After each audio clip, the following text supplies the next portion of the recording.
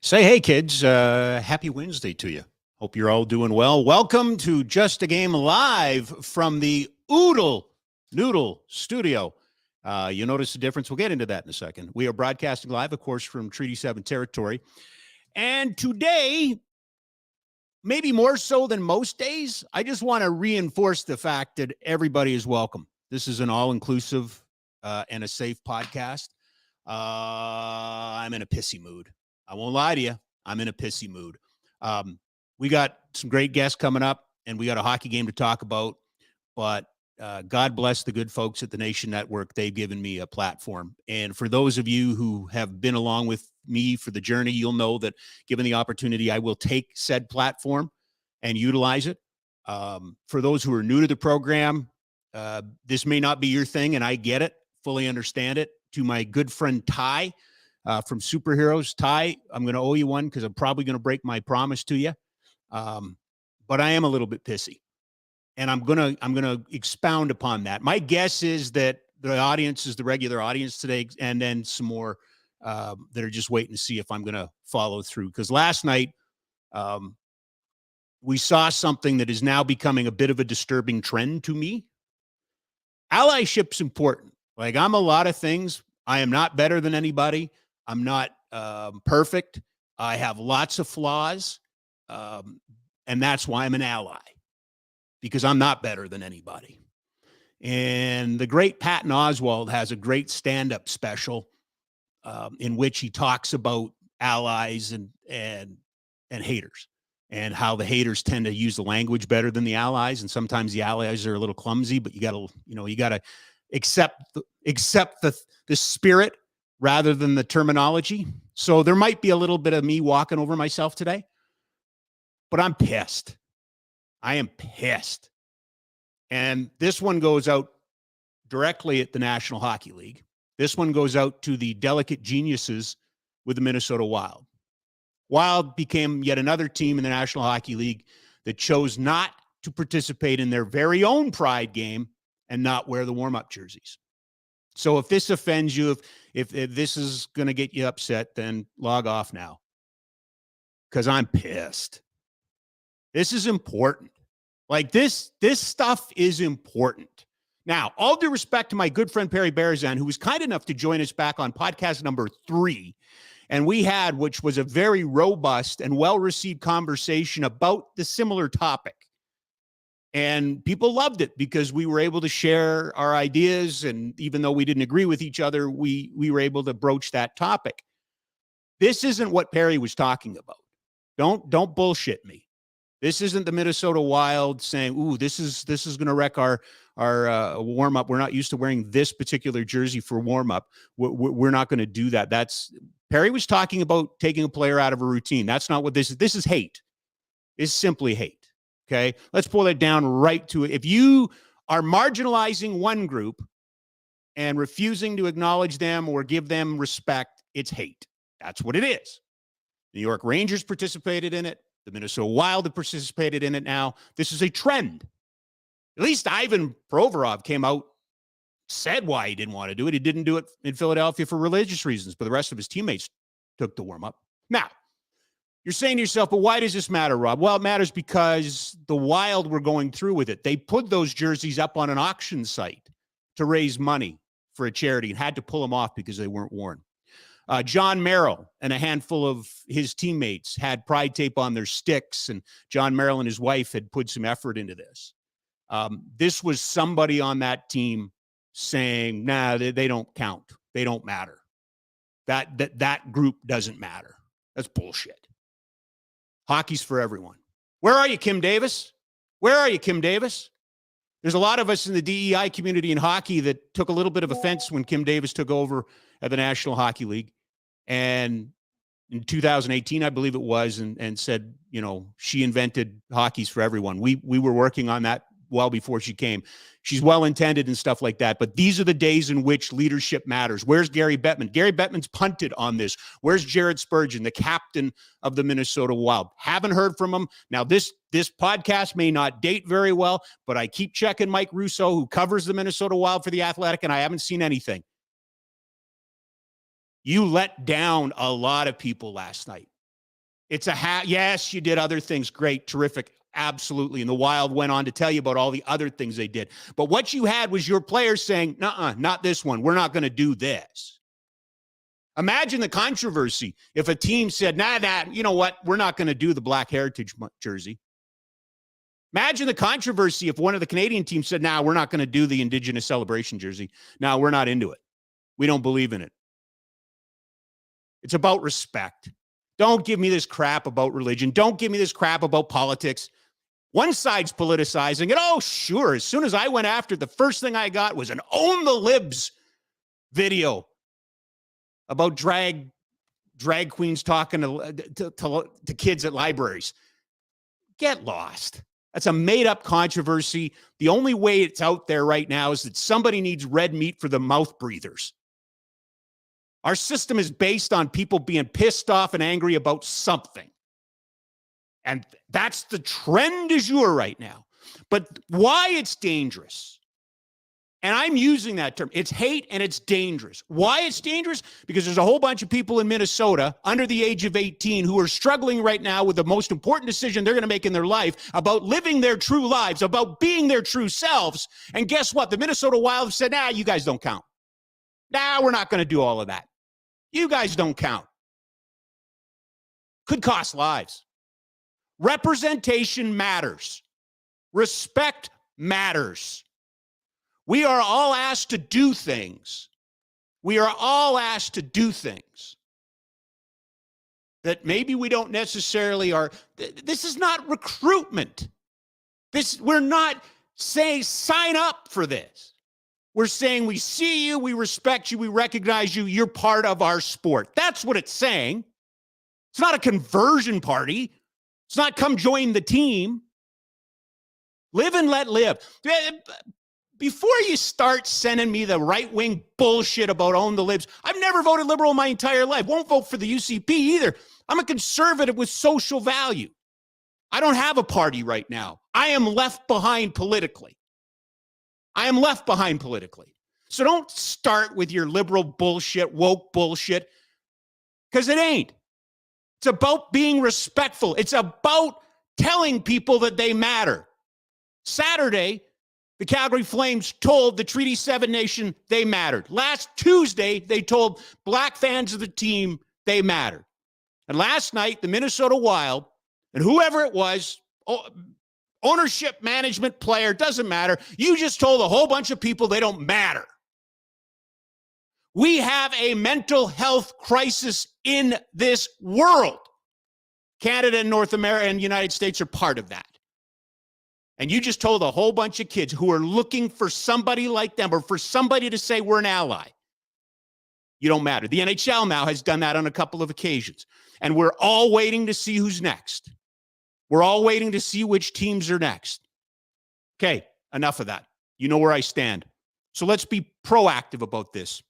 Everybody know what this is? Everybody seen this? This is Pride Tape. This is Pride Tape. If you're in sport, by the way, an Edmonton company, so an Alberta, made in Alberta solution. I apologize for the noise that I'm going to create on this microphone, but I'm putting this here. I don't know if it's going to stay here because I'm borrowing the microphone. You notice we got a new set, okay? You know what this simple act does? Show someone you're an ally. I know I got coaches watching me now. I know I got coaches watching me from all kinds of sports. Grab some, put it on your stick, put it on your bag, put it on your whistle, put it somewhere where a teenager who's struggling right now with their identity, who just wants to feel safe, who just wants to belong, can see it and know you're an ally.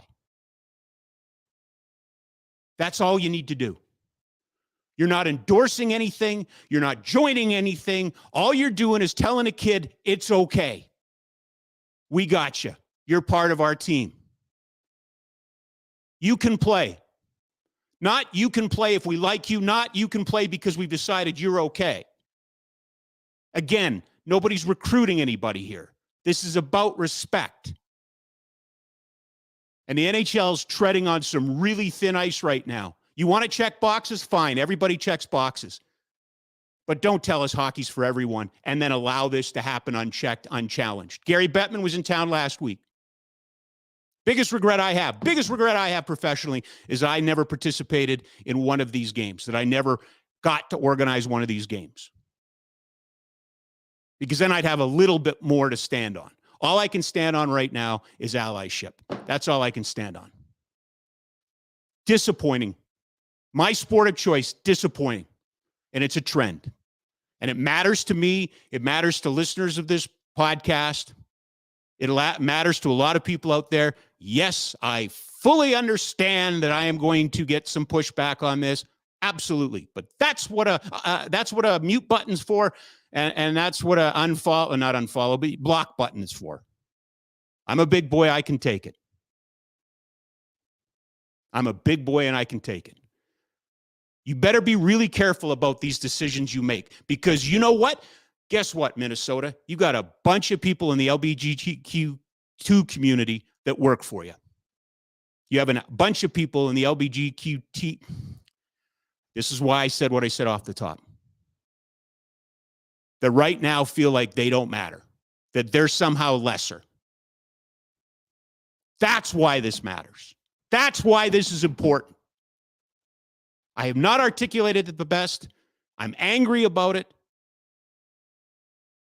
Last but not least, don't try you wouldn't say that if it would.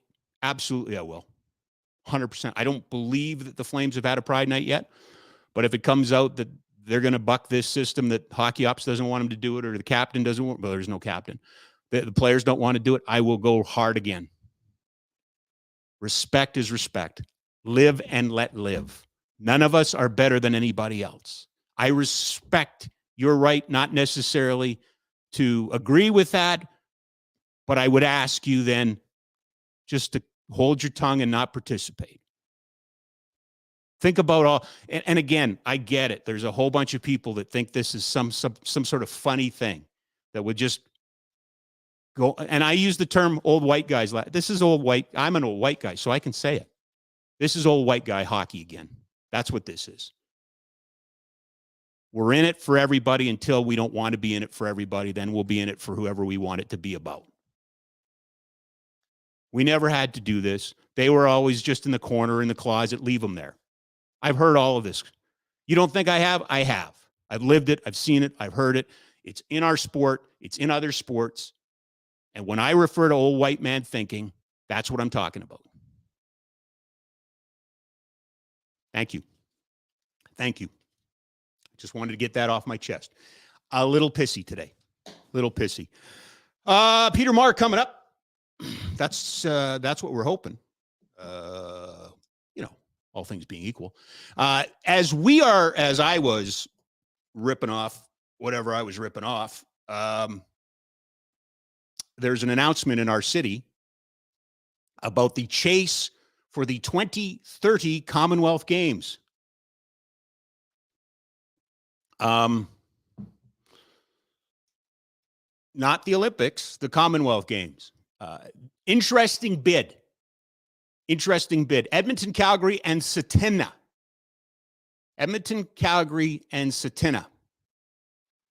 We'll have a mystery guest join us who is part of the press conference that's going on right now. A mystery guest joining us in a little over an hour to talk about that. The local hockey heroes last night in Minnesota. If I'm going to bare my soul on some, I better bare my soul on all. In overtime, yet another fantastic goaltending performance, whatever performance it was, squandered away in overtime by a team that can't win 3-on-3. It's not disgust in which I turned off the television. It was just, seen this movie too many times. I know how it ends. I'm going to walk away now. An hour later, I learn it wasn't over. So if you need that buffoon, goof, whatever the terminology is, to tell your friends about, did you watch the game last night? You weren't like him, were you? You weren't like Rob, were you? You got just seen the movie so many times that you didn't need to see the credits. You didn't need to hear the final theme. Did I say we need a theme? This show needs a theme. We got this great, Gavin our new producer made up this great package, by the way, new location. He made up this great theme or great new graphics and intro and stuff. We need a theme. In all of the years, I think I had I've never had a theme. I've had music, sure, but I've never really had a theme. I want a theme with words and, yelling and screaming at the clouds and, stay away if you're slightly offended by allyship. Last night, I spit the bit. I quit. Overtime loss. I'm out. Seen the movie before. I'll look at the game sheets afterwards. I'll go through the numbers. I can sit here and talk about how great Jacob Markstrom was. I was going to say Backstrom because the two games that I have watched the Minnesota Wild play this week have taken me back a decade or so. Back to the glory days of Nicholas Backstrom, Jacques Lemaire, Marian Gaborik, Wes Walz. God, that team. I mean, I'm pissed at them anyway, but that team is no fun. And it's too bad because I love Matt Dumba. Matt Dumba's a Calgary kid, and I, got to know him a little bit. And I think the world, there's lots of pieces on that team I like, but and Dean Evason's a good dude, like former Hitman coach and all that. Just watching that style just doesn't fit. Meanwhile, up the road, they're back to playing 80s Oiler hockey where they're winning 8-7 or whatever the scores have been last little while. Having said that, a big win. Tyler Toffoli in the shootout, second straight game in which he is responsible for the game winner off his stick. First shutout of the season for a Flame goalie. First shutout of the season for Jacob Markstrom. If you're ever doing your own podcast and you're going to fly off the handle at the beginning because you're really pissed off, it's going to affect you for the next couple of minutes. I'm just here to tell you that's how this all works. So anyway, Markstrom with the shutout, 40 saves, his first of the year. He went back to back, which was it last week or a couple weeks ago? Vladar went back to back. And God bless the good folks at Sportsnet who pointed out that, Phoenix to Vegas isn't a big, long trip. He didn't get much work in the Arizona game. It made sense. Well, Markstrom, it was a tough game against Dallas the night before. They win it with whatever it was, 6 seconds left. And then it's one of the longer trips you're going to take back to back. Although, again, delicate genius territory. It's a chartered airplane with your own seat, with as much food as you can eat. You're taken directly to a 5-star hotel. I mean, it's rough. I get it, but not that rough. Anywho, but Markstrom plays both, and he saved his best for last night, I thought. He really did. Anyway, I'm really excited now this week that we're not talking about, and it doesn't matter to me about what the story is, but week after week after week of the same old ain't fun for anybody. And I think, we're going to get Peter Maher on here in a second. And I think when we do, all right, I'm just waiting because I see him. Peter, thumbs up if you can hear me. I think you can hear me in the waiting room. Can you? Can you hear the show in the waiting room? Okay. Gav, let's bring him in. Yeah. Hello, Peter.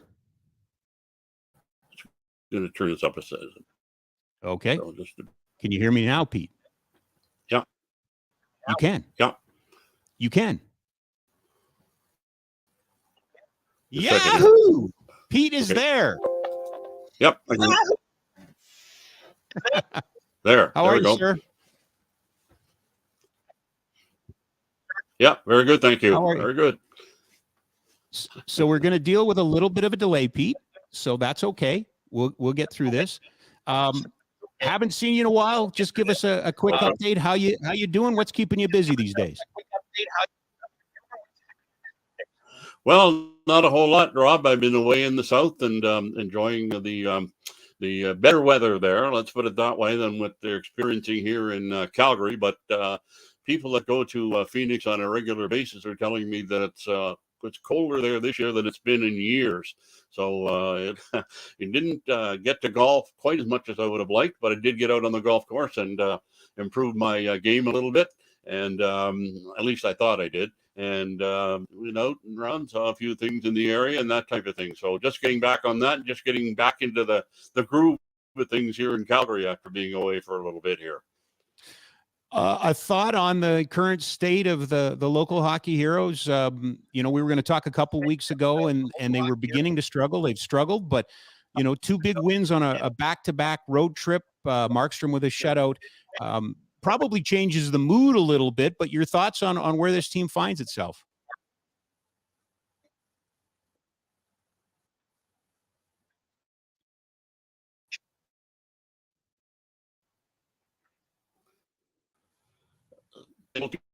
Markstrom, Rod, in the last two games. I mean, he was absolutely phenomenal last night in particular. It was very strong in the game on Monday as well in Minnesota. And to be fair, if they'd gotten goaltending like that through much of the season, they wouldn't be in the predicament they're in right now. There are other things that need to improve upon with the team and bail you out in situations where there's a defensive lapse or something happens in front of him and that type of thing.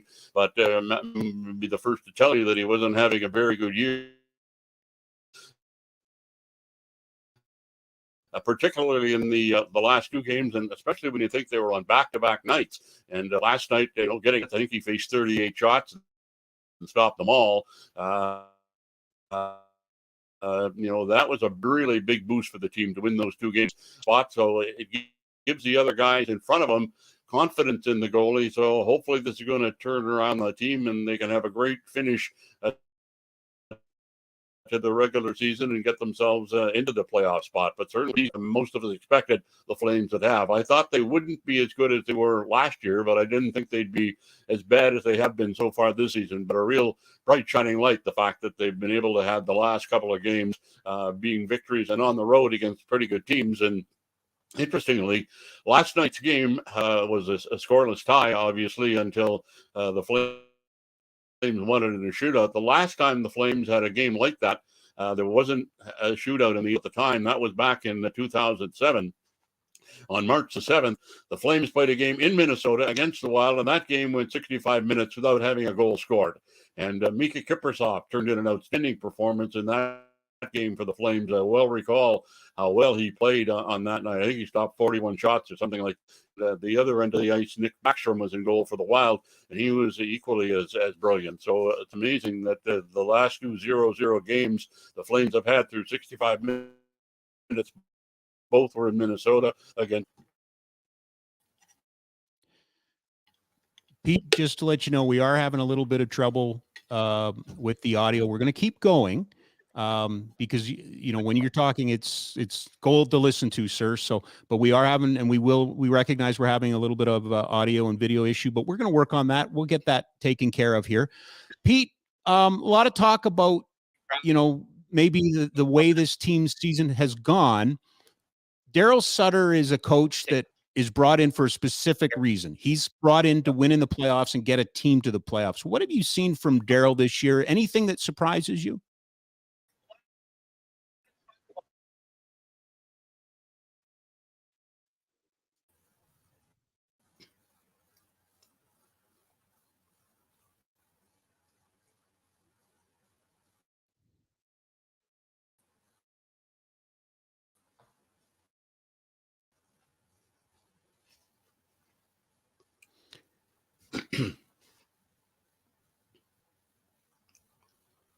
Yeah, I'm not sure this is going to work, Pete. I don't think you heard the question.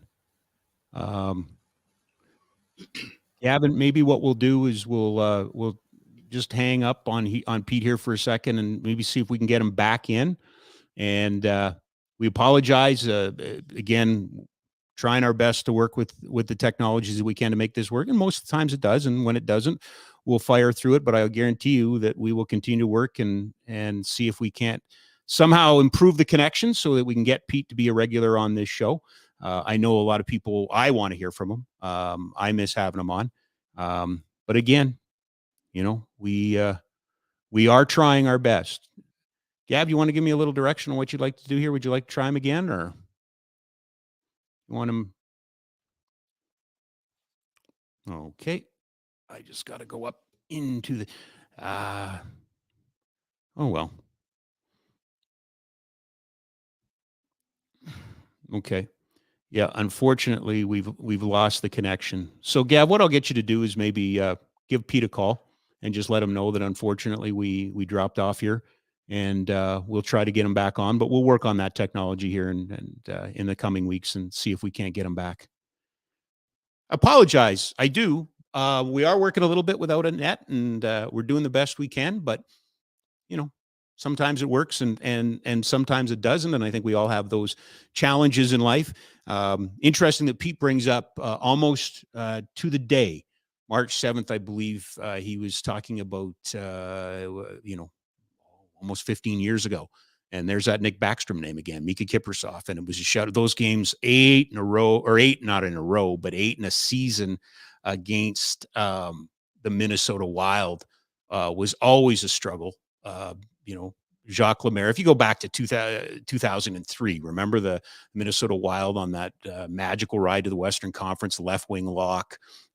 They were a fun story at the beginning, and then they just killed hockey. It was the dead puck era, and it spawned a lot of copycats. It forced the league into changing the way the game was called to try and open it up.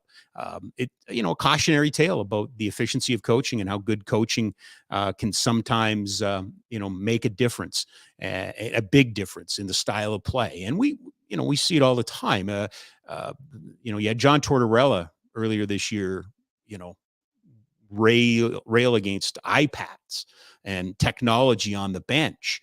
You know, I'm not sure he's going to get a lot of support. I'm not sure he's going to get a lot of support on that. Okay, Gav, is it cool if I try Pete one more time here since we got him? Pete, can you hear me? No, here we go. Hello. Hey, you can hear me now, Pete? It's got to remind you of those early days of radio when it was all technology and, you know, something might go down and you had to go to the phone and broadcast the game from a telephone, right? Rob, my technology, I can tell you one time was broadcast in the rock area. I broadcast the whole first period, but wasn't on the air. They called it the broadcast booth all by myself, and I'm thinking, I can't leave. I'm on the air live. Only to find out else. I had to go in and take the telephone call. What I forgot to do was put in the broadcast. So I got back. Call the greatest there is. You know what, Pete? Unfortunately, we've lost you again. I really appreciate you trying. We're gonna work on that, and we'll get that one solved before the next one. We thought it was we thought maybe last time it was just the strength of the signal where you were.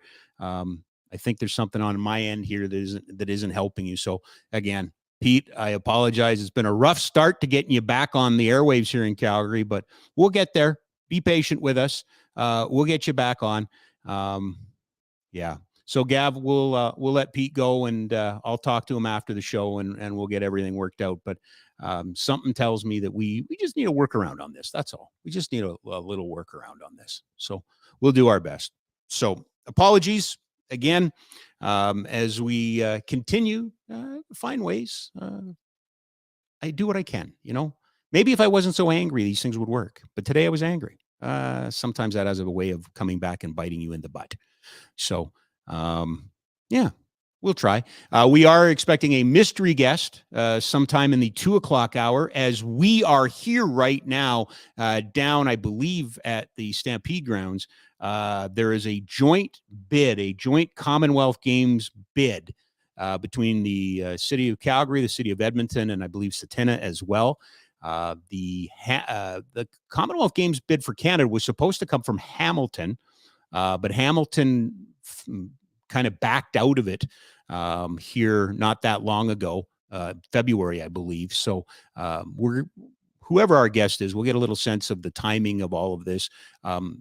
For Edmonton, it's kind of a throwback in the way that we talk about Calgary and the Winter Games of '88.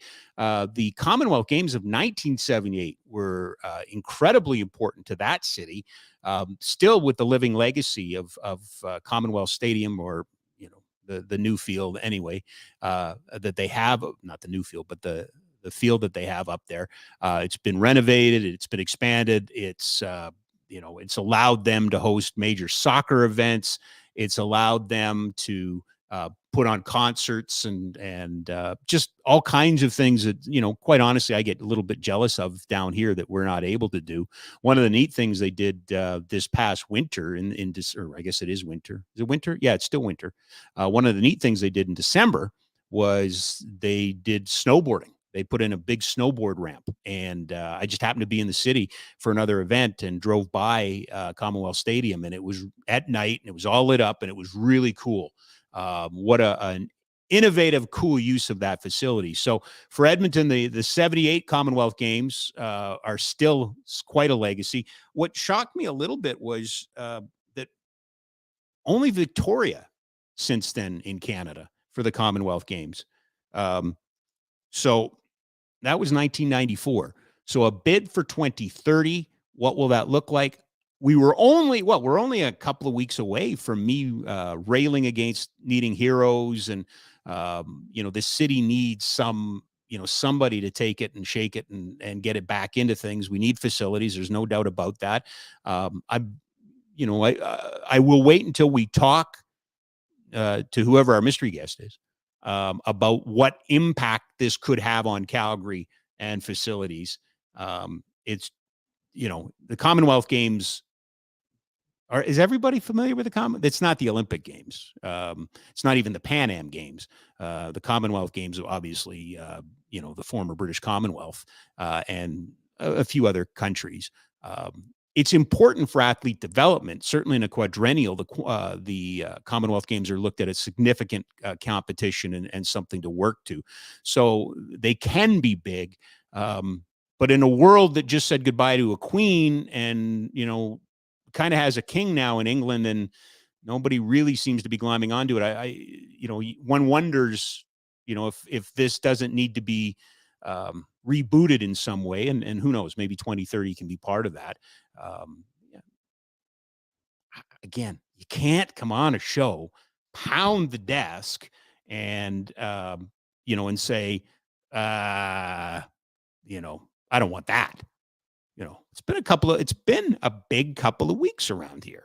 We're going to play host. Calgary will play host to the 2024 Special Olympics Winter Games. It's going to bring thousands of athletes to our city. Now this bid, how the two cities, how the three principals interact will be interesting. Who does what, we've got a little bit of a blueprint from 2011, 2012 with the World Juniors, that co-branded event. Now, obviously, Edmonton didn't want to do that again because they've hosted a bunch of World Juniors since then, but that's a different topic. Co-branded in the province, it could really be interesting. Well, we'll see, right? We'll see. We wait. That's coming up in the next hour. I'm just sending Pete a note here. And the Flames are back home. They will play host. I believe it's Anaheim on Friday, so they got a couple of days off. Mentioned last night that Markstrom got the victory. The game itself, not a beauty, not a behold, nothing to behold. Almost outshot 2-1. Minnesota is dangerous, but They have not given up. I mean, how'd you like to be Philip Gustafson? Um, second straight, essentially a shutout, right? 60 minutes against Calgary in Calgary on Saturday, 65 minutes. You don't give up anything last night. You lose in the shootout. So you get 3 of a possible 4 points without giving up a goal in regulation in 2 games. Only the NHL, right? Only the NHL. Do you believe today? Do you believe today maybe more so than you believed in the past? It's been a hard couple of weeks around here if you're a Flames fan. The trade deadline has come and passed, a little as self-admittedly, working around the edges. Do you believe any more than you believed before? 2 wins in a row against quality opponents, teams that are playoff either in or around and, have the same aspirations that you do ahead of you in the standings, and you get 4 points out of it. Your schedule, quality opponent, is going to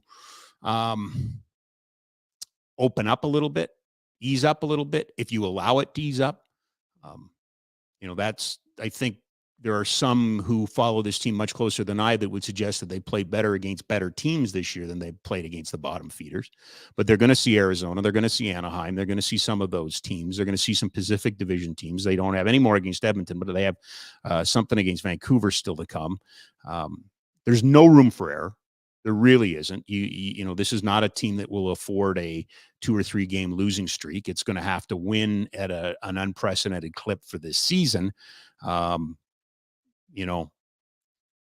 It's too early to say that they're back in it, but they're either back in it or delaying the inevitable. Need to score. You got to find a way to score. Now they scored against Dallas on Monday. Didn't score against Minnesota in 2 games. It's up and down. Herculean effort last night by Jacob Markstrom.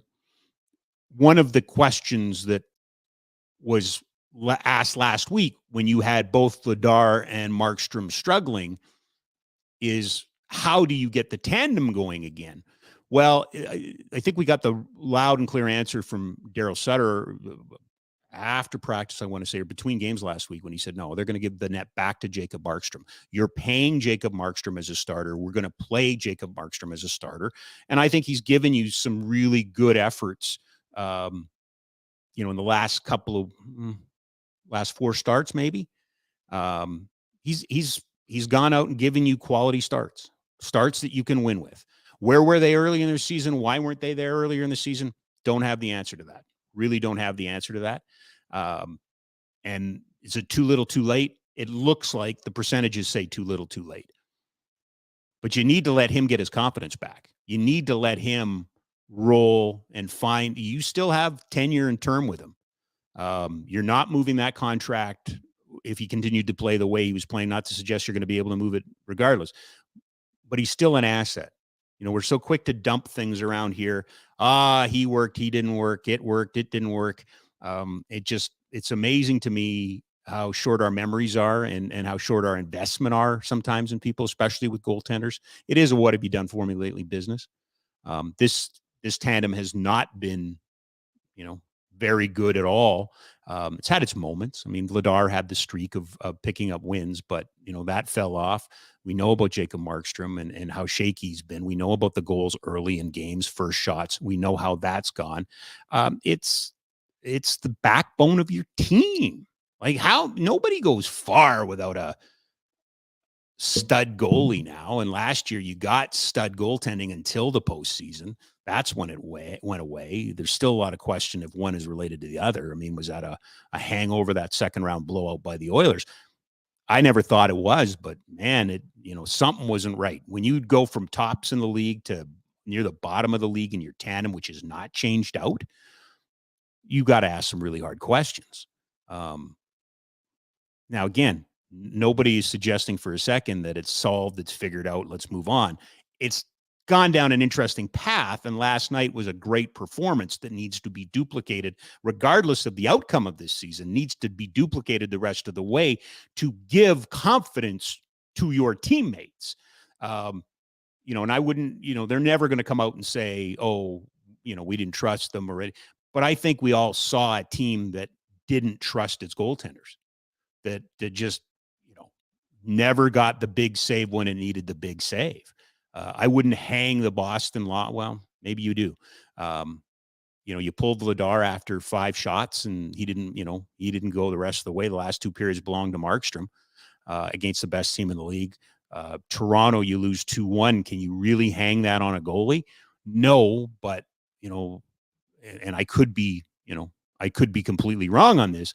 Last night struck me as kind of the first time that a game was stolen this year by a Flames goalie. Now, that's probably not fair to October and November. They were probably somewhere in there, but it's been a while since a goaltender on this team stole a game. Other than that, Nick Ritchie. Oh, it's going to take me a while to wrap my head around that. Continued to get time on the top line last night. Different. Still taking minors. What was up with Ryan Hartman? Where did Ryan Hartman all of a sudden get, piss? I mean, he's always been kind of a player on the edge, but a little piss and vinegar last night. He was mad at the world. He took the double minor there, which was completely unnecessary. And, that might have been quite honestly, might have been the story of the game had the Flames capitalized on that 4-minute opportunity. They didn't, so they slide through that. But if you're Dean Evison, you can't be happy about a guy taking that kind of undisciplined penalty. I mean, neither Anderson nor Lewis really seem to be doing anything now. We don't hear, we don't know. There might have been something behind the scenes. I don't know, but that was a little crazy in a sense, but the Flames did not make them pay for it. Calgary 0 for 5 on the power play. Penalty kill was good, 2 for 2 when it needed to be. As mentioned, Calgary off for the next couple of days. Did you know, are you aware that the World Baseball Classic is underway? Are you aware of this? The World Baseball Classic beginning last night in the Orient. 4 pools this year featuring 20 teams. Canada in a pool in Phoenix. So, that's nice. Their pool, Colombia, Great Britain, Mexico, and the host U.S. So that's a little bit of a murderer's row.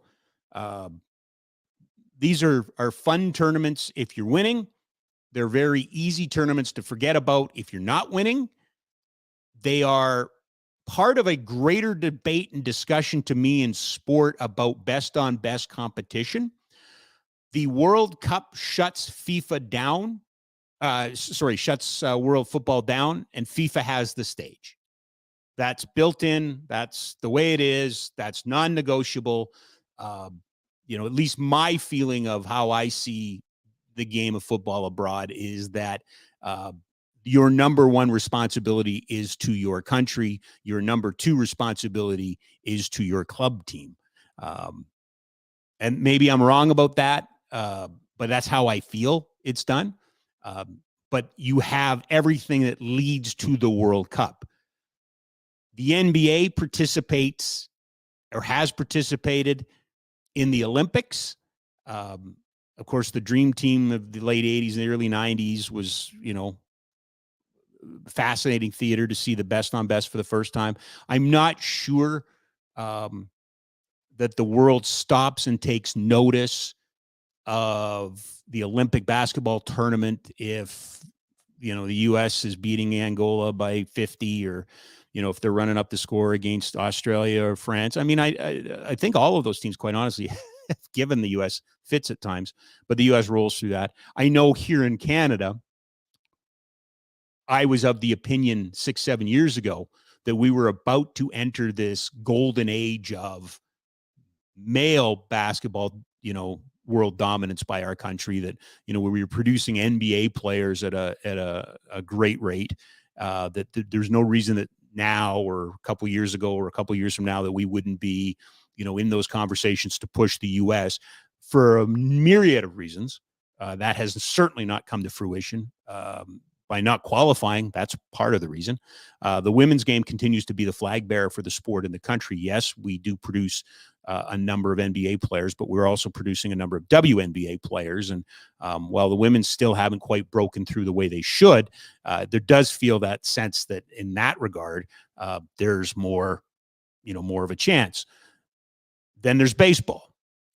Well, though, let's do hockey first, because hockey, again, I wouldn't call it incompetence as much. I think there was realistic reasons why best on best hasn't happened in the Olympics the last couple of go rounds. We know that, it had more to do with China and COVID and security issues. They were close to going, ended up pulling the pin, and we didn't get the best on best. Haven't had a World Cup since the Team North America experiment and Team Europe experiment. There's a real reluctance by the NHLPA and the NHL to have any best on best competition that does not have the Russians involved. Having said that, the Russians can't be involved right now, shouldn't be involved. There needs to be some punishment for, here we are again, that world of sport, politics, and the world.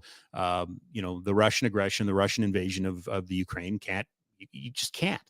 So they weren't at the World Juniors. It's funny how many people just didn't put two and two together, didn't care, didn't think about it, just forgot that the Russians weren't there. They won't be I don't believe they're at the World Championships. I might be wrong about that, because I believe the IIHF is kind of double clutching on this a little bit. I think they're saying, oh, shucks, I know, the NHL and the NHLPA, again, refuse to do best on best until Russia can be involved. And that might be their path to normalization as soon as this, end the stupid war, allow Ukraine to rebuild, apologize, pay for the damage has been done, go back to Russia. Again, here we are in politics, but it seems like a lot has to happen before we're going to have best on best in hockey. But even when we have best on best in hockey, we still haven't figured out when.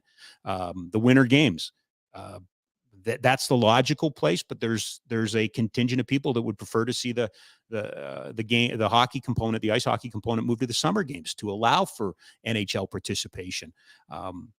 Again, I think that the World Cup just has it better than anybody, does it better than anybody in football. Here we started this whole conversation with the World Cup of baseball.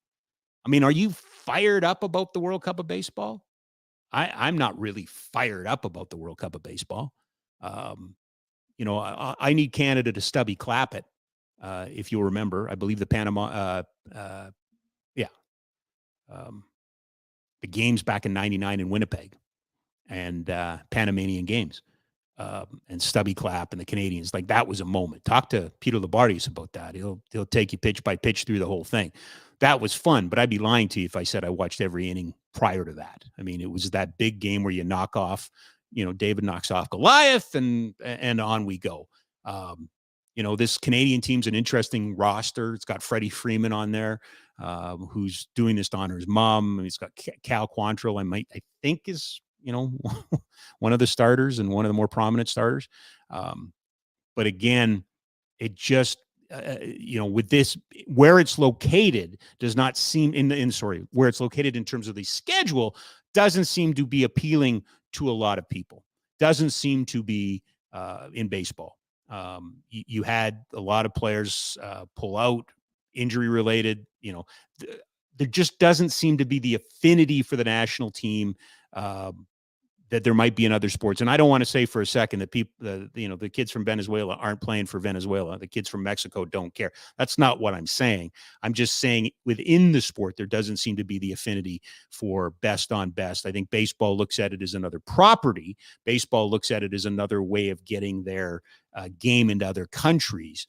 But again, doesn't feel as natural as the World Cup does, right? And hockey's long, tried to figure it out, put it in the middle of the season. Well, ask the Islanders and John Tavares how well that worked out for them, right? Injury there. You got a lot of operators down south that don't see the value in the Olympic Games the way that we might see the value in the Olympic Games.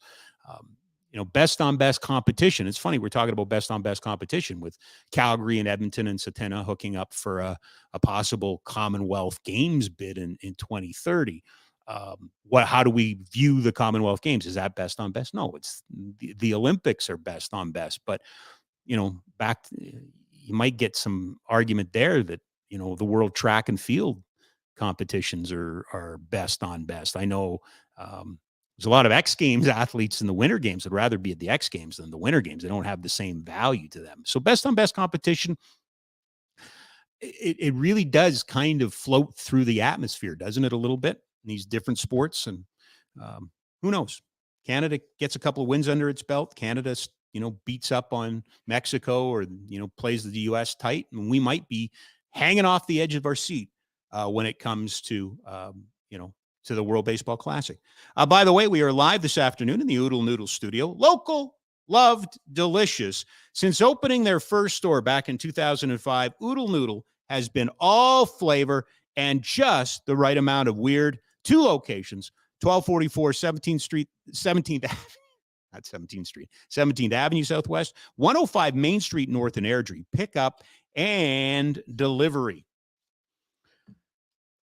One story that we have not gotten to, still trying to find the right guest, and we will get to that guest, is the current dilemma that here we are talking about best on best, and we mentioned the World Cup, and we're just removed from Canada's first appearance on the men's side in the World Cup since 1986. We have the women may or may not go to Australia for the World Cup this July and August, depending on the outcome of the mess that we find ourselves in. And the deeper you dig in this, and there's been lots of conversations, and again, credit Rick Westhead at TSN. He's done a lot of the digging in this.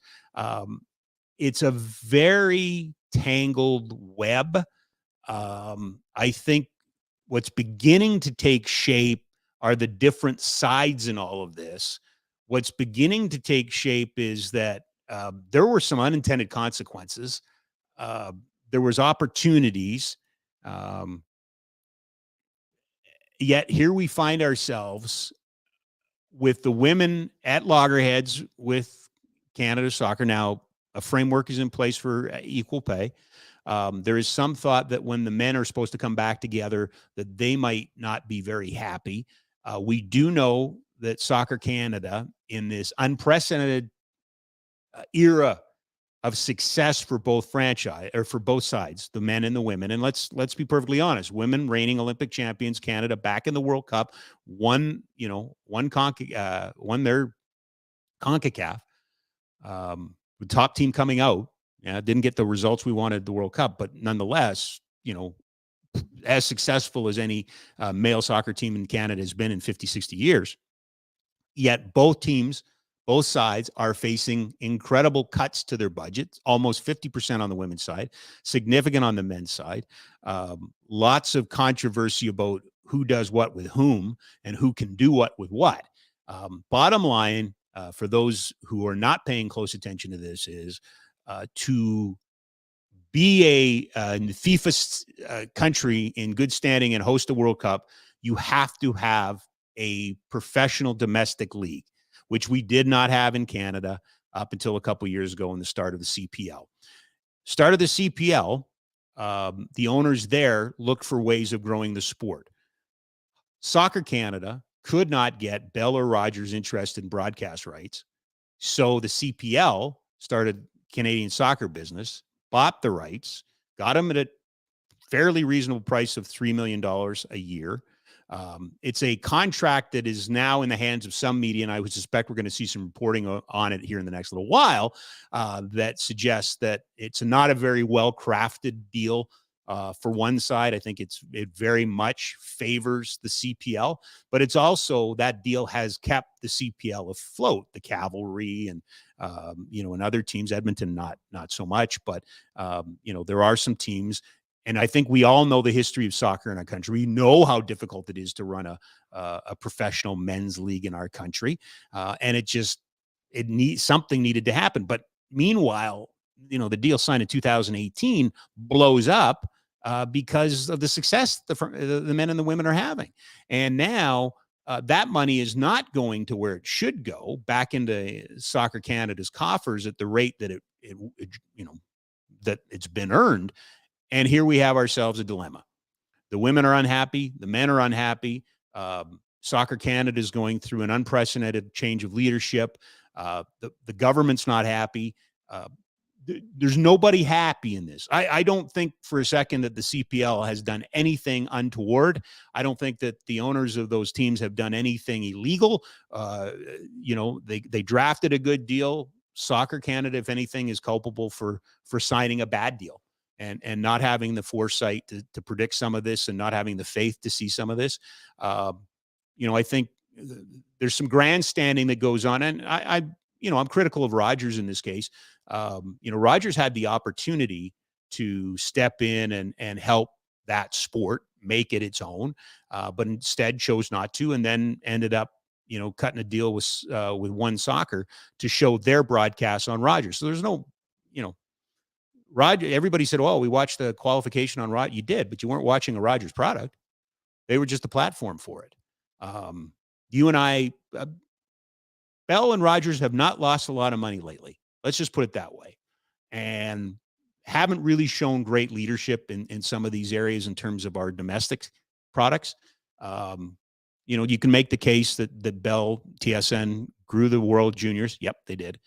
You can make the case that Bell TSN, created or grew the CFL in the last decade or last couple of decades.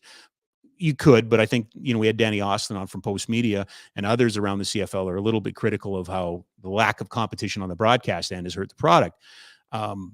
You look at Canadian Tire yesterday. Canadian Tire, or 2 days ago, has now set gender equality sponsorship goals for 2026. They are fostering the new league, the women's league, which we have a team here in Calgary, which wants nothing to do with the CPL, which wants nothing to do with Canadian soccer business, which wants nothing to do with the mess that is soccer right now. We have, funny enough, a leadership void. We have, funny enough, too many fingers in the pie. We have, funny enough, no hero. And where have we heard that conversation before? Where have we heard that conversation before? There is so much money to be made in sport right now that greed has outstripped responsibility. And I am not looking at any particular sport. I think all of them in our country at the NSO level, many of them at the NSO level, many of them at the provincial level, and certainly even at the community level. Look at what's going on in the GTHL right now. Speaking of Rick Westhead, you want some fun? You want to feel really good about where sport is in our country? Start reading that stuff. Who's responsible for this? Like who can step in and help Soccer Canada get past themselves and get them on a path? Is it the government? No, I think the government can play a role, but it's not Sport Canada. It's underfunded. It does not have the mandate to do this. It should, but it does not.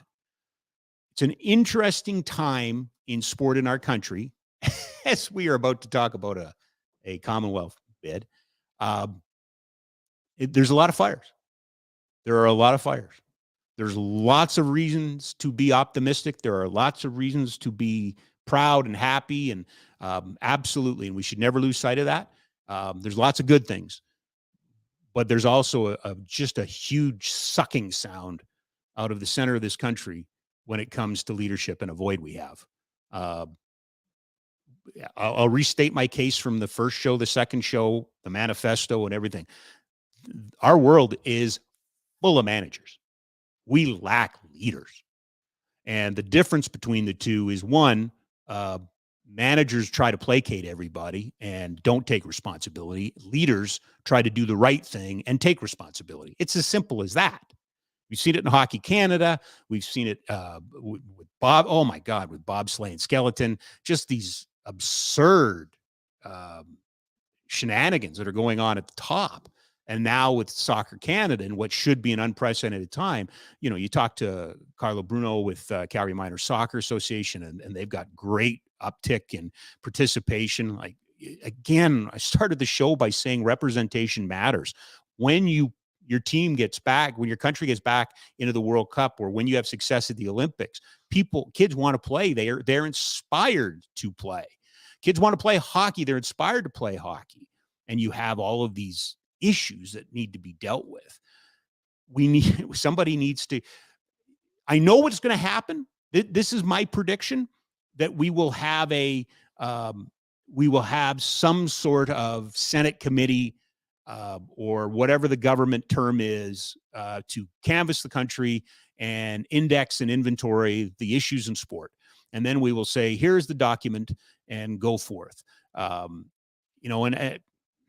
ask our Indigenous population how, everybody viewed the Truth and Reconciliation document. It's taken a long time. Meanwhile, there's lots and lots and lots of revenue to be made off of kids and their families, and that's happening at an unprecedented rate. Boy, I'm not giving you a lot of reason to be happy today, am I? I'm kind of a downer. My apologies. I'm having a rough day. I just am. So, but we'll get through this together.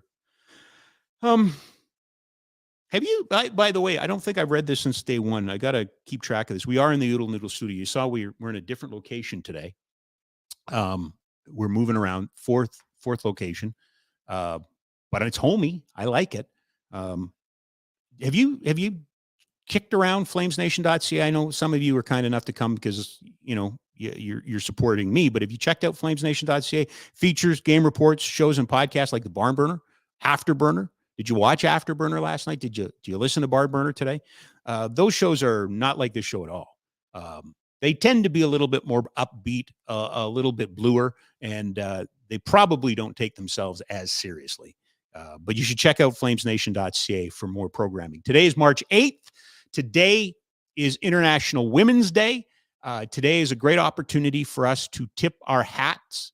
As we are lamenting the struggles we have in sport, if we're lamenting the lack of leaders we have in sport, let's just take a moment and recognize that we live in a city in particular that has a tremendous amount of talent on the female side of athletes, of coaches, of managers and leaders.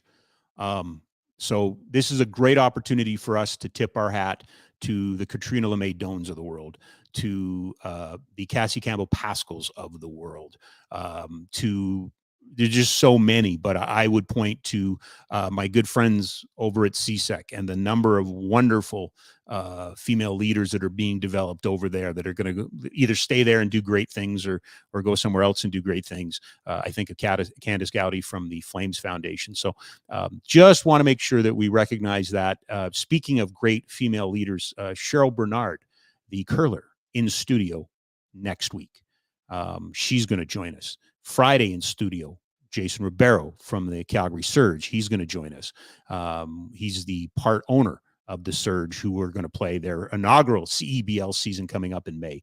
Eric DeHatchuk will join us as well. Coming up on Monday, since we're going to run down the roster anyway, Mike Board, my old buddy Boardy, general manager of the Calgary Roughnecks, in studio. We'll talk about the Roughnecks, who have their St. Patrick's Day game coming up, which is always some fun. And we'll talk about jerseys with Mike, because Mike and I have had many, many lengthy jersey conversations. He's also expecting a visit from Ryan Pike, our NHL insider, on Monday. And then next Wednesday, mentioned Cheryl Bernard. I did not mention Trent McClellan. That's right. Trent McClellan, our pal, our buddy, our good friend. From This Hour Has 22 Minutes. He's currently on tour with his Dirt Road Kid tour all across Eastern Canada. Hopefully he's going to bring it out to the West. So Trent McClellan's going to join us. So that's coming up next week. In a couple of moments, we are continuing to get information from what was announced, a joint bid for the 2030 Commonwealth Games between Edmonton, Calgary, and Satena. We have a mystery guest, somebody coming up, going to join us. I'm looking forward to that. I'm looking forward to hearing about what is going into this bid. And part of it is good, too, because it's 2030. It's not 2026 or something like that. We're not jumping into the breach real quick. And the cooperation around the province, what this will mean, what the legacy will be, these are all questions that we certainly are going to want answers to. And hopefully the mystery guest will be able to provide that for us. I was not expecting this. I had heard rumblings of a Commonwealth Games bid, but certainly was not prepared for something this quickly.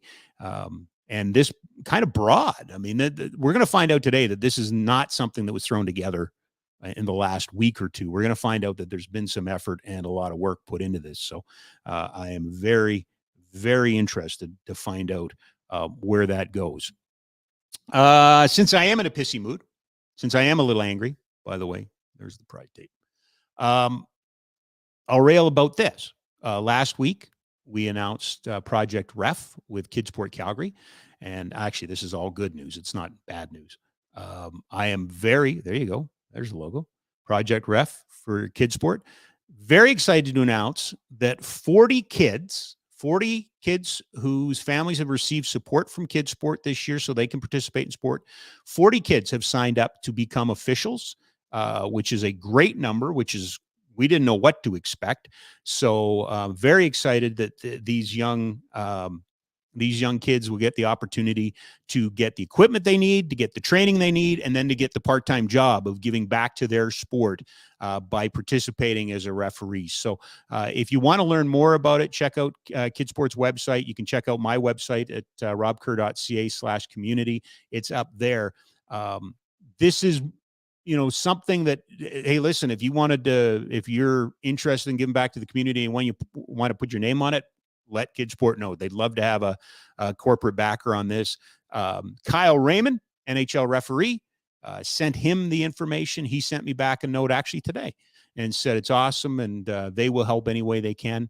Right now, great interest from hockey and soccer trying to get into basketball and baseball and volleyball and wherever we can add more into the infrastructure under the guise of giving kids the opportunity to earn some money, participate, give back to the game. That's what Project Ref is all about. And again, there's the other part, which I will participate. I'm not going to do so much today, but I've kind of said my piece is I'm hoping this also launches us into a conversation about behavior, coach behavior, fan behavior, parent behavior. I know whenever we do this, there's always the pushback, but this referee was mean to me.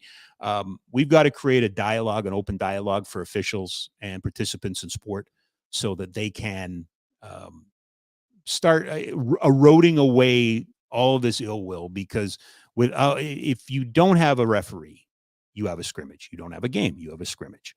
And we are eroding away at the base. We have this incredible base of senior officials that have been in it and have put up with it and are still there.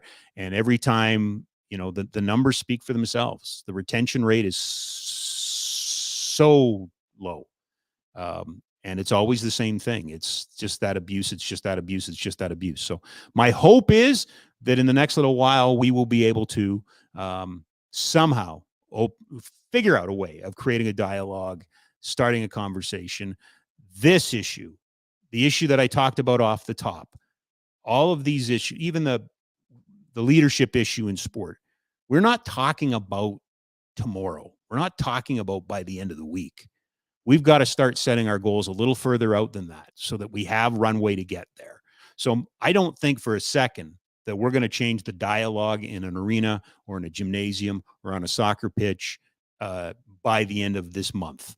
I believe that we need to create processes and the systems in which to create that change in 10, 20, 30 years. So that's what we're talking about. But I am very excited and tip of the hat, as it were, to our good friend Kevin Webster over at Kidsport. We are live in the Oodle Noodle studio. We bring the heat. Try the butter chicken mac and cheese, Kung Pao noodles, Bangkok Pad Thai Classic. They've got vegetarian, gluten-free options, kids. 2 locations, 1244 17th Ave Southwest, 105 Main Street North, Airdrie. Pickup and delivery. Now, we have been promised a guest to talk about the Commonwealth Games bid, but they wouldn't tell me who. They said it's going to be a surprise. It's a mystery guest. So I'm very excited. Let's go to our mystery guest now. Find out.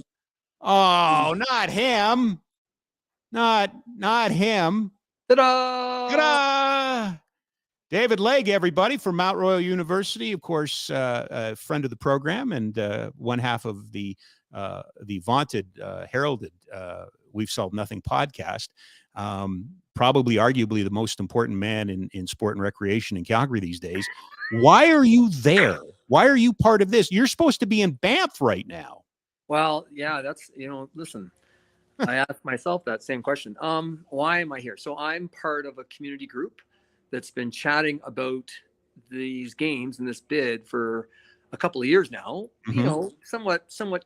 I don't say quietly. It's not like it, but it's something that we've really wanted to, think about and consider. And today is the day that we, kind of pulled the curtains back and revealed, our aspirations for hosting games. And it was funny because you were asking me a little bit about this, not directly. I sure was. And I had to not spill the beans, and it was really difficult for me, Rob. It's not. Yeah. I do not keep secrets well, so it's been a challenge for me to try to kind of keep this under wraps because I'm pretty passionate, pretty excited about it. But at the same time, we just felt that we needed to do a little bit of legwork to kind of get a few ducks in the row before we, kind of decided to present it publicly. And then really begin in earnest the engagement piece of it, where we get, input from the various communities around Alberta that potentially could be involved. And so now the rubber hits the road, so to speak. But yeah, you're right. I was supposed to be out in Banff with the adapted physical activity initiative that we were going to do with the medical conference. But I found some people to back me up who are quite honestly better at it than I am anyway.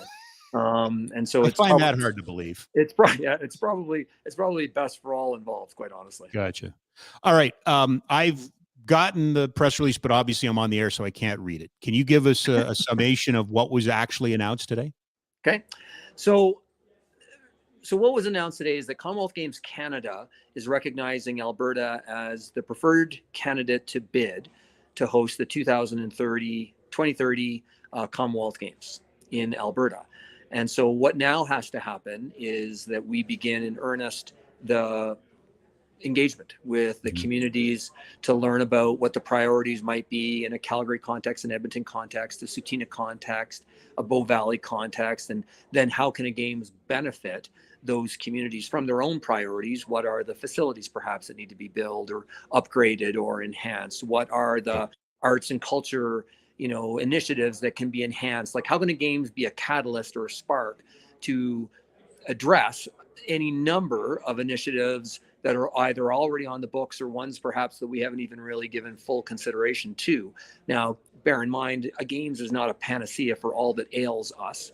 And so, a lot of people will probably say, oh, it could address this, it could address this, it could address this. And then, so for the next 4 months or so, it's going to be our, kind of collective of opportunity to consider all these various ways that a games could provide that spark or that catalyst, and then putting together the actual proposal itself that we then submit to Canada Games Canada, which then by November then would potentially get presented to the International Commonwealth Games, and then potentially they would vote on it, and then potentially again, like there's lots of kind of potentially still along this path. Sure.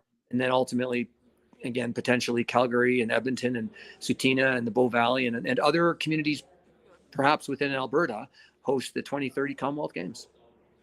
So a couple of different offshoots of your answer. So let me start here, because I just came on the air and assumed everybody knew what the Commonwealth Games were. Yeah. Is that a safe assumption, or do we need to, we haven't had a Commonwealth Games in Canada since what? Victoria in 94? That's right. So the last games in Canada were 94 in Victoria. The last Canada Games prior to that were in 78 in Edmonton, hence the Commonwealth Stadium. Right. And so the Commonwealth Games will be 100 years old in 2030. So it would be the 100th anniversary of the games. Hamilton was the first to host the games. They were known then that time as the Empire Games. So their genesis is linked to the British Commonwealth, hence the name Commonwealth. There's 74 nations that are somehow, again, all connected to the British Commonwealth that have been hosting games since 1930, every 4 years, summer games. And so our proposed schedule would be in August of 2030. Tsuut'ina, tell me about their involvement. I know that Bow Valley's in there as well, but Edmonton, Calgary, this seems like the next chapter, the next level, the next way of going about this in our country.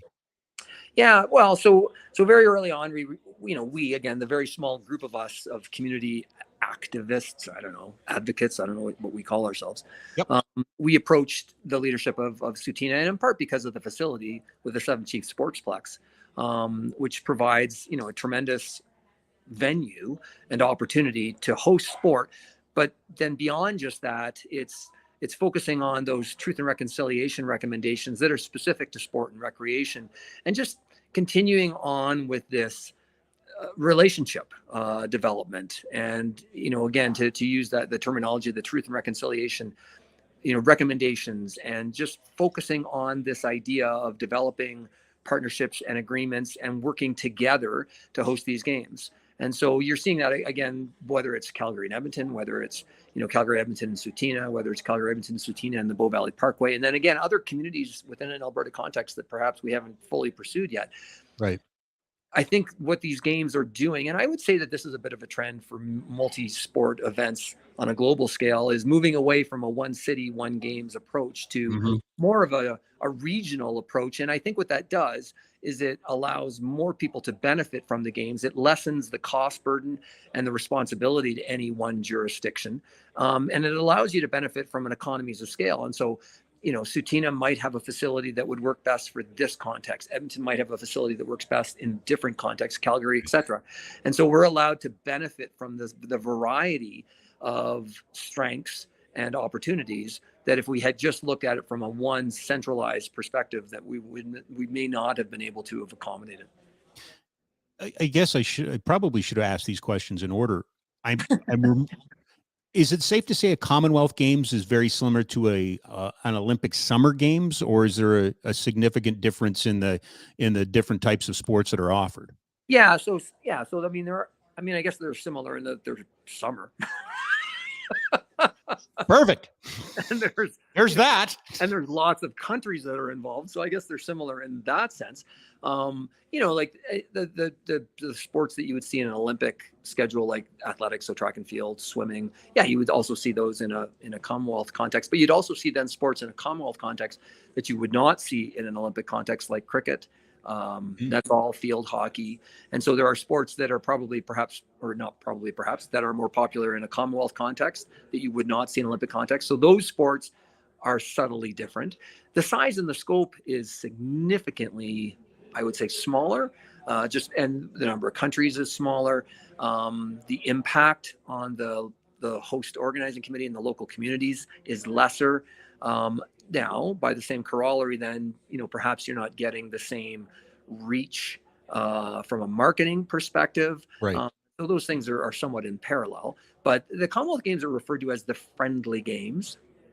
And so maybe there's a little bit of that, though, that kind of trickles down into how these games might be slightly different from an Olympic and Paralympic model or context, in that they are smaller, manageable, more, again, perhaps friendly. The other thing too about the Commonwealth model that I really value and I like is their focus on things that, and listen, you and I have talked about this a lot, my belief in these values of equity, diversity, inclusion, belonging.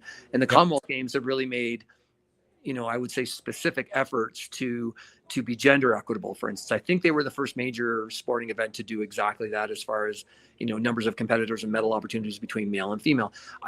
To the best of my understanding, they're the first major games that have had a truth and reconciliation focus and a specific mandate looking at the indigenization and the decolonization of the games themselves, which, again, has the historical connection to the British colony and the colonization that has taken place.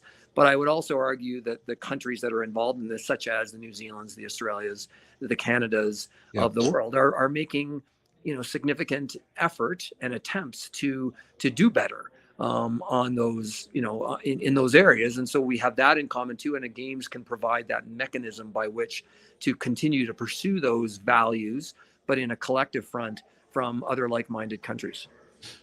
Is there a para component?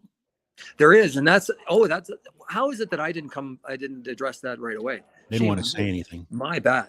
Yeah. So that's another piece about the Commonwealth Games that is different from an Olympic and a Paralympic Games, is that there's not a Commonwealth and then a parallel games for athletes with a disability. There used to be, back in the 70s, they actually had a paraplegic, so it was specific to wheelchair sport with Commonwealth Games, but that ended kind of in the late 70s, early 80s. I don't remember exactly.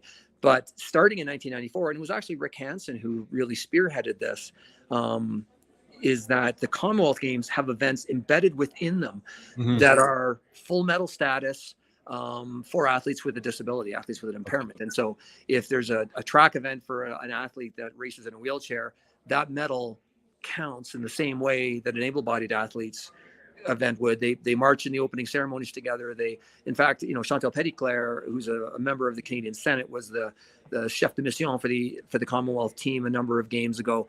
And so you see that integration and inclusion of athletes with a disability in a Commonwealth Games, which is dramatically different than other international multi-sport games. The Canada Games does that as well. So again, that history and that value then is embedded within the Commonwealth movement as well. David, as you begin this journey and as your group has worked together, what do you view as the biggest roadblock in front of you? Yeah, I mean, I'll just leave it there. I have some thoughts, but I'm kind of curious what you guys think, or challenge or opportunity. Yeah, I think, communication is a barrier, I would say, with any initiative and any endeavor. Being able to reach people at the right time in the right place and in the right way is not easy to do. Right. And so for the next 4 months, and in many respects, I've taken on a little bit of that responsibility myself as one of the kind of the people that are wanting to initiate this, is to take on that community engagement piece. And if I'm being honest, I'm quite anxious and nervous about that, because I know it's a daunting ask. So the ability to connect with people and to listen and to both listen and reflect and share is something that we're going to have to really work hard at, Right. to make sure that we are engaging with people where they're at, so that they can participate in the creation of these games, and it's not a top-down telling the province, this is how the games are going to work and this is what it's going to be like. So for the next 4 months in particular, like, we really have to get out there, meet people, engage, listen, and ensure that as we collect all this information and this feedback, that the games are truly a reflection of what the people of Alberta want and need. How do you go about being equitable about the different sports? I mean, and the only recent example I have is the World Juniors in 2011 and 12, which I believe Canada played their round robin games up in Edmonton, and then the playoffs were down here. Have you begun to have that draw, or how does it work? Well, is it a draft of sports for each place, or? Well, okay. So again, that and listen, that too will be a conversation that's going to have to take place, right? I am sure, everybody will have their preferences and what they want to do, and at the end of the day, everybody can't have everything all the time, and so negotiations are going to have to take place and choices are going to have to be made. That's above my pay grade, and so I don't know about those conversations, and I don't know how that's going to happen yet, and I'm not quite sure if the little that I know, I'm not sure that that's been fully thought out. I think that's part of the next 4 months, is figuring that out. Okay. Like right now, we're at a place where we are enthusiastic, we're excited, we're passionate about wanting to bring these games to Alberta. And, the first thing that we had to do was get the Commonwealth Games Canada to approve us as a preferred candidate, so that we knew that we could move forward with it. And so now that we've got that thumb up, so now we can take that next step and really engage with people to think about more the pragmatic side of it. But yeah, so like, of course, any conversation that you have with any community, there's going to be give and take. And so that's just something that we have to go in knowing that that's going to happen. Tell me a little bit about who makes up this crew of yours. Who's at the helm? Who's rowing this boat? Well, an apt metaphor as far as rowing, it's Dr. Roger Jackson, who was an Olympic rower who competed in 1984. I should know that. I can't remember exactly when he was a competitive rower. Anyways, faculty member at the University of Calgary. Roger Jackson Sports Med Clinic named in his honor, obviously. Yeah.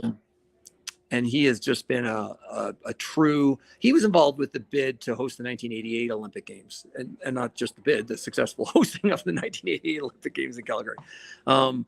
He has a wealth of knowledge on games bids, kind of creating a platform by which to host games. I hazard to think that there's anybody that doesn't have a stronger background in that side of it.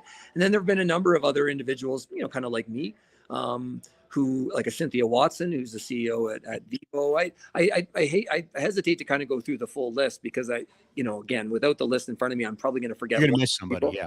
And I don't want to do that. But those are the kind of people who have been sitting around the table, again, just kind of spitballing and thinking, okay, well, what about this and what about that, and then talking to different people. And it's been tough because we've been trying to do it a little bit under the radar, and because we weren't ready necessarily to go public with the conversation yet. But at the same time, we had to talk to people to get their sense of where they thought this could be and where it could go. So we had to get information and have conversations, but not necessarily in a public format.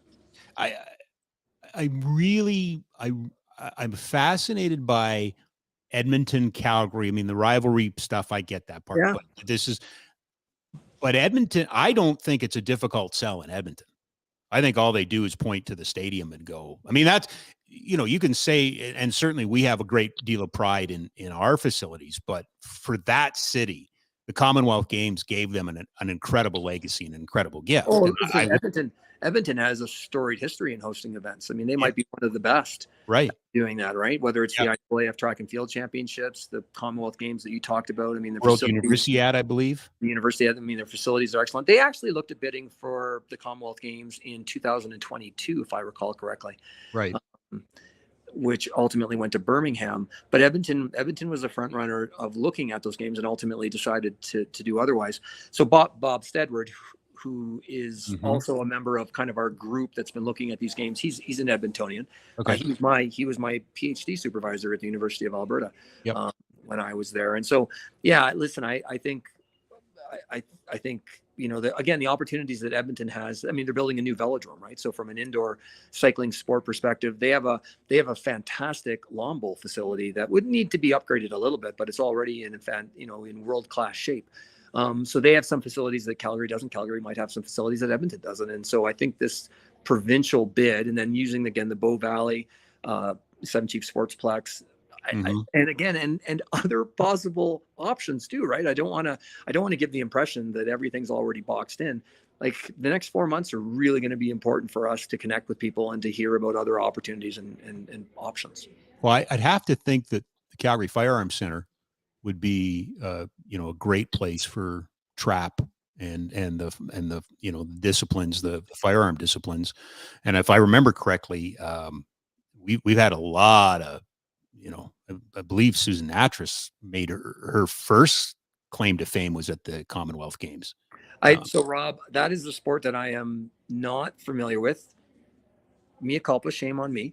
No, it's one that I'll certainly endeavor to learn more about. But I would hesitate to talk about facilities. I just, and I guess that it's a long way for me to get to our favorite topic of the last 10 years, the field house. Okay. Does this have any impact on the future of what may or may not be coming? This has got to be viewed as a good thing. It's got to be viewed as, at least if nothing else, a supportive argument for the field house. I mean, I think a lot of these conversations, and to many people, you want them to happen perhaps in parallel tracks, but still separated. And so, if Calgary and Edmonton and Alberta doesn't go ahead, and Sutina and Bow Valley doesn't go ahead with a Commonwealth bid, does that then mean that the dream of building a field house is gone? And I do not want to give that impression. And so I think those who are supportive of a field house would say they're supportive, and I include myself in that conversation, that they're supportive of a field house, period. Mm-hmm. I am also supportive of a 2030 Commonwealth bid, period. Now, whether or not, if those two can intersect and benefit from each other, then I would certainly be supportive of that too. But I don't want to don't want to complicate it too much in that one depends on the other. I would say that No, they're somewhat no. binary. Yeah. Yeah, I get that, but don't you think that they would be very easily mixed in together? They could be. Yeah. Yeah. Yeah, in terms of sorry, I didn't finish that sentence. Don't you think they're very easily could be mixed in together in the public discourse? Right. Perhaps. You know, But I guess, part of whoever is leading that conversation, I think just needs to be clear that they are somewhat complementary, but not necessarily complementary. right. Um, Just a couple more before I let you go here, and I appreciate the time. The roles of government. I know both mayors, I believe, were Yeah. at your presentation today. Representation from the province. Yeah. What is the expectation for the three levels? Well, so the expectation is that, for the next 4 months or so, again, we are in the phase of considering a bid. And so they have committed some finances. So Minister Luan was on today. The two mayors from Edmonton and Calgary both committed financially to support the engagement piece to pursue a bid. So that's where they're at. And then what will have to happen is ultimately in a Canadian context, there has to be an agreement signed between all three levels of government. So the civic, the provincial, and the federal government. Yep. So that will then have to happen sometime this summer if a bid were to be pursued formally and presented to the International Commonwealth Games Federation for their consideration. You talked right off the top about the next 4 months and, what has to happen. Yeah. What is the game plan? Do you have anything to formally announce? Will we find you at a mall somewhere with a table asking questions? How are you going to go about listening to Albertans about their wants and desires in this? I'm going to come on this show every day. Okay. And engage with the people listening to this show. Rob, I wish I had a better fully baked explanation for you. We're just kind of ironing that out right now. Okay. So that public engagement piece, because we need to make sure that we're doing it again in all the various locales, right? The Edmontons, the Calgarys, the Soutinas, the Bow Valleys, and other communities. So it's a big task right now, but clearly we got to get going on it. And so if there's something keeping me up at night, that's probably it. It's just making sure as we roll this out as quickly as we can to generate, conversation and input and engagement from people, that we're doing it as quickly and as efficiently and as meaningfully as we need to do. I'm sure that you were asked, or somebody was asked today, to draw a parallel line or a straight line, I guess a straight line, from the failed Winter Olympics bid to this bid in our city. That's not. Now, I have worked on you for saying Olympic and Paralympic bid for years. Olympic and Paralympic bid. Please, thank you. No, but the thread I was trying to go through there, and my apologies, I'm in a bad mood today, so it's really affecting everything. Okay. Is there a straight line? Is there any connection between what happened or didn't happen in this? I think there's, I mean, they're certainly related. I hope, okay. I hope it's not the same result this time. But, it was that was a few years ago. It was a different context, a different time, different leadership. I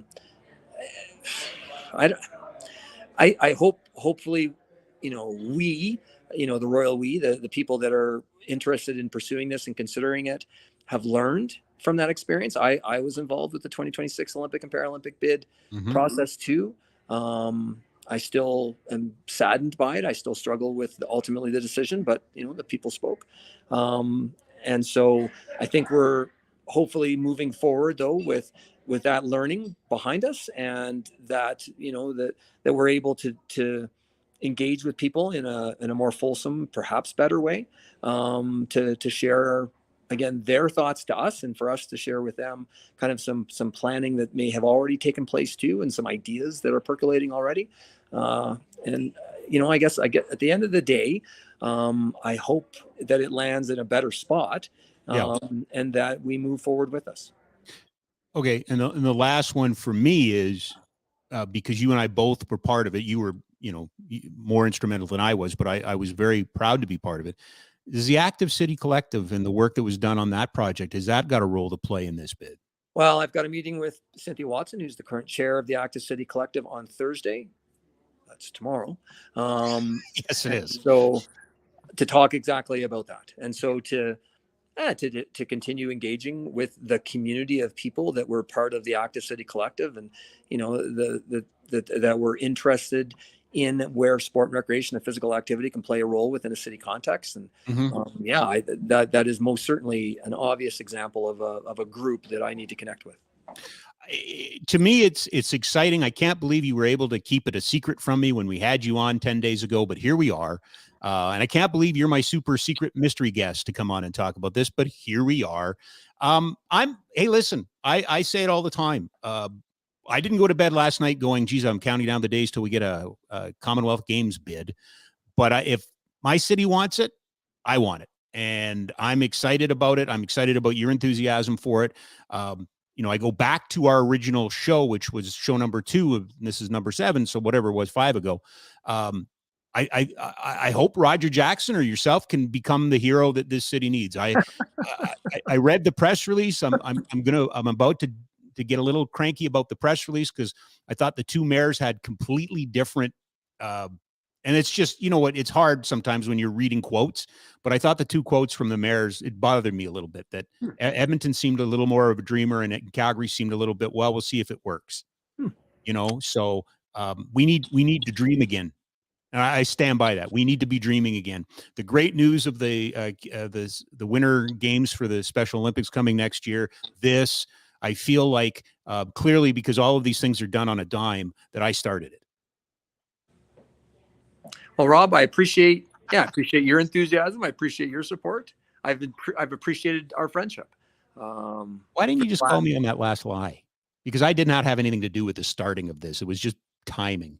Oh, I don't know, Rob. Oh, David, I know. Like the conversations that you and I have had over the decade and how things have percolated and organically just kind of bubbled to the surface. You got a role in this. All right. Don't you worry. I got some ideas if you want them. You know what? Can I ask one more question completely unrelated to this? I may regret saying yes to this, but sure. Well, he's a friend of yours. Thoughts, meaning for you? Bret Hart's going to have his banner go up to the rafters at Saddledome on Sunday afternoon. Yeah, you can ask me questions about wrestling anytime. Yeah. Pretty cool though, right? So cool. Yeah. And warranted. Like it's the right play. Without question. Like on a global, like what other, like if you were to travel globally, is there another Canadian, well maybe Justin Bieber, that would be more well known and well respected than Bret Hart? I don't know. Maybe Celine Dion. But yeah, he's iconic. And listen, you got to have me on another show where we can just talk about wrestling the whole time. Oh no, that's next week. Don't worry about it. We already got that planned. No, I knew you were going to come on and again, it's the legacy of Bret. I don't know if people know this, but he's a regular contributor to your program, right? To your classes. Yeah, he comes and speaks to my students, and I try not to make a big deal of it because I don't want people to kind of sneak in and take away from the class. And Bret is really good about that too. And that, the 3rd year class that I teach of sport and recreation management students, I like making it special just for them. Right. And he comes in and he spends time with them. He engages with them. He makes them feel like there's nobody else in the world that he would rather be talking to in that exact moment. And the students leave that classroom like flying high. Like they come out of it just feeling like they have just connected with an icon. And listen, oh my God, like, you know me, somebody took a picture of me at the front of the class sitting beside him and smiling at him. And then they put out on one of their social medias that I don't follow, but somebody showed it to me. And it said something along the lines of, find someone in your life that looks at you the way Dave Legg looks at Bret Hart. Yeah. I'm like, yeah. We should all be so lucky. Mm-hmm. We should all be so lucky. Well, I appreciate the feedback on that. Thanks for doing this. Thanks for being the super secret mystery guest today. You know where I am, whatever I can do. If it's the hard labor, let's get to it, because I want this city to have the things that it wants. And I think the people I really do. I think we're ready, for a run of big events here. I agree. really do. Thank you, Rob Kerr. Thank you, sir. Dave Legge, everybody, from Mount Royal University Sport and Recreation. We do a podcast at Sport Calgary called We've Solved Nothing. We've done it for over a decade. One of my dear friends, and I'm glad he came on. I am completely aware of what I am doing is not up to pale. I am completely aware what I'm doing here is cherry picking. But I do have to point this out. In the press release today, both mayors, Edmonton and Calgary, had quotes. And here's the first line from Edmonton's mayor. Edmonton recognizes the importance of hosting major international events like this that not only bring people together to celebrate, but leave a lasting economic impact on our city and help support our global image. Okay, that makes sense. Calgary. We support conducting a feasibility assessment to determine whether a joint Alberta bid to host the 2030 Commonwealth Games could see significant legacy infrastructure investments in both Calgary and Alberta's economy. Okay. We want to see if it's good enough. One's aspirational, one's not aspirational. And all I'm saying is that it kind of goes back to, are we dreamers? Or are we whiners and complainers? And I'm not suggesting for a second the mayor's a whiner and complainer. I'm not saying that, I'm just saying that Edmonton's mayor was like, this would be awesome. Our mayor, well, we can afford it. And I just think we need to get, if I may use a sporting metaphor, I think this city needs to play on the balls of its toes and not on its heels. I think so often we've been on our heels the last couple of years, last decade or so. I think we need to be on the balls of our feet. I think we need to be kind of up there in the ready position, ready to go, ready to burst, ready to fire off and take on that next task. I think one of the challenges for this particular project is going to be convincing you that the Commonwealth Games is an investment. I think part of us as a society is we know the brands. And I think the Olympic brand, despite, all the black eyes that it suffered and all of those sort of things, there is a brand to the Olympics and an affinity for the Olympics. And I think that's an easy brand one way or the other to get across. I think the brand of the Commonwealth Games might be a little difficult. I remember 1978. I remember Edmonton getting this incredible stadium. I remember a big grizzly bear from Swan Hills that they nicknamed Keanu riding around in a cage in the back of a truck for the opening ceremonies. I mean, at the time it was like, wow, there's Keanu. He's the mascot of the Commonwealth Games. But now you look back at it and you go, oh my God, like everybody would have lost their crap over that. I remember that. But you might not, and it may not have that affinity for you. And you may, again, we haven't had a Commonwealth Games here since 94 in Victoria. Now, for my athlete friends, for my Olympic hopeful friends, to my friends in sport that are trying to get better, the Commonwealth Games still carries a lot of cachet. It's an important event in the quadrennial. So I think we need to rally and activate our athlete network. What I am very concerned about is the tribal conversation. What I'm very concerned about is we want to spend money on this, not this, where we're not listening to each other, where we're not paying attention to each other, where, our party is against it, so our party is for it, or whatever, however we want to say this. We need to come together outside of politics. We need to come together as Calgarians, as Albertans, and go, yeah, this is a good thing. And then what we do is crush it. Then what we do is set a new standard. Then what we do is do what 88 did, 78 did in the Commonwealth Games. It set the standard. Alberta did that. And I think that's what we need this. We need something like this. I think we're going to do it next year with the Canada or the Canadian Winter Games for Special Olympics, Canadian Winter Games. I think we're going to do that. We need this. And wouldn't it be great if we had a crackerjack brand new facility, state of the art, technology wise, and all of that in our city? That could play host to some of this event. Wouldn't it be great if this was the catalyst that pushed the Fieldhouse, and David Legge is very accurate in that. I think one does not necessarily beget the other. I don't think a successful Commonwealth Games bid will be the only way we get a Fieldhouse. It shouldn't be. Maybe it's the way we get a second Fieldhouse or a third Fieldhouse. I don't know, but I think we need to be aspirational in our thinking, and I think we need to be excited about this. We need to learn more. We need to listen. But I'm willing to play my role if you are. All right, into our final mile. We already talked a little bit about this, but tip of the hat to Kidsport and Hockey Calgary and Calgary Minor Soccer. Already 40 Kidsport kids signed up to be referees in a project that was launched last Thursday. That's great success. Lots of positives, and it really, I'm hoping, leads to a really robust conversation about officiating, the recruitment, but also the retention. So congratulations. Today is International Women's Day. And I just want to recognize, not all of them, and I'll call David Legge a little bit of a coward because he didn't want to list all the names of the leadership group for the Commonwealth Games because he was afraid of leaving somebody out. I know I'm going to leave somebody out, but I want to recognize Candice Gowdy. I want to recognize Amy Bontorin, Cass Vilgrain.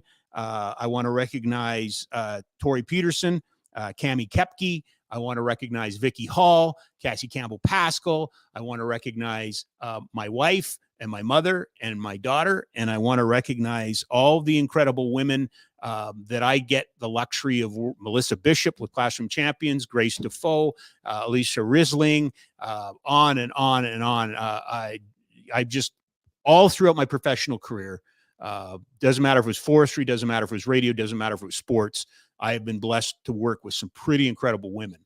And I've seen it. Like I can tell you stories about, how women used to be treated in Forest Service. It wasn't pretty, but it was another time. And thank God we've evolved. I can tell you stories about how women have been treated in the media, and it continues to be honestly, piss poor. Because a lot of people still think they can get out and rip on them. But today's about celebrating, so let's stay there. By the way, I forgot my reading assignment on Monday, but today's reading assignment is from our good friend Al Cameron. Yes, that Al Cameron, the head of communications for Curling Canada. I put out the tweet. Go back and look at it. It's his On the Rocks column, which I think today is rather appropriate. Let's call it the way it is. Let's call out hate for being hate. That's Final Mile Friday. In studio, Jason Ribeiro is the owner, one of the owners of the Calgary Surge. He'll join us. Conversation with him about starting pro basketball back up in our city and their plans for that. Also, Eric Dehachuk will join us. We will continue to get better. We will continue to get stronger. If you can, pick up some Pride tape. Throw it on your hockey stick if you're a coach. Throw it on your lacrosse stick if you're a coach. Throw it on whatever. Just make sure everybody knows you're an ally. I don't care about people who aren't allies. The only people I care about today who are allies. And I am no better than anybody. I'm not anything better. As a matter of fact, because I'm not better, I'm an ally. That's where we got to be. That's where we need to be. Thanks to Gavin, our outstanding producer, Mark, our outstanding producer, Jared, our outstanding director of everything. This has been live from the Oodle Noodle studio. Just a game. We're back on Friday. See you, everybody.